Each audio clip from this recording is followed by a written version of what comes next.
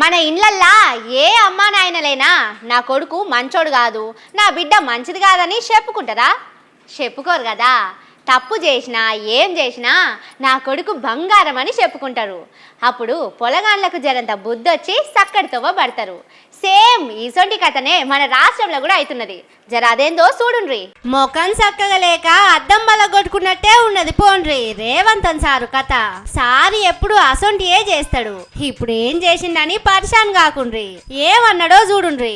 అసలు ఏసీ రూముల్లో నుంచి బయటకు వెళ్ళడానికి హెసిటేట్ చేస్తున్నారు ఆఫీసర్లు. మరి అనిపిస్తుంది, ఈ మధ్యకాలంలో కొత్తగా సెలెక్ట్ అయిన ఐఏఎస్ ఐపీఎస్లు నేను చూస్తున్నా, ట్రైనింగ్లోనే ఉన్నప్పుడు పోలీస్ స్టేషన్లకి వెళ్ళి డ్రెస్ వేసుకొని కూర్చొని సివిల్ పంచాయతీలు తెంచడానికి ప్రయత్నం చేస్తున్నారు, విచ్ ఈస్ అన్ఫార్చునేట్. సారేందో ఏమో పోండ్రి, ఎప్పుడు చూసినా మొగులు మీద ఉంచినట్టే చేస్తాడు.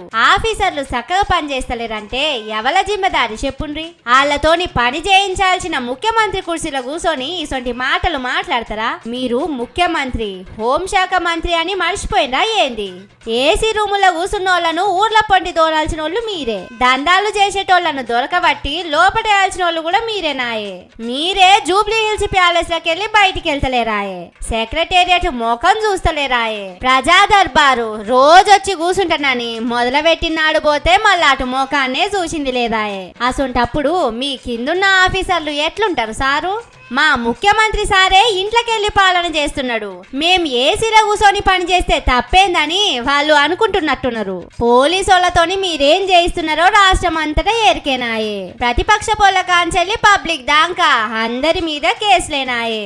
మాతోని ఇంతగానం పని చేయించుకుంటున్నారు. ఆడిడ ఓ 4 రూపాయలు జేబులేసుకుంటే తప్పేందని వాళ్ళు కూడా అనుకుంటున్నారు కావచ్చు. అయినా లక్షలు లక్షలు మాయం చేసిన ఆఫీసర్ల మీద కేసులు పెట్టకుండా ట్రాన్స్ఫర్ చేసి క్షమించే పెద్ద మనసు మీది. మీ మంచి మనసు తెలుసు కాబట్టే కోల్వెక్కంగానే దందాలు షురూ చేసినట్టున్నారు. కానీ ఒక్క మాట సారు, ఇంటి పెద్దనని చెప్పుకుంటే సరిపోదు, ఇంట్లో ఇల్వ కూడా ఉంచుకోవాలి.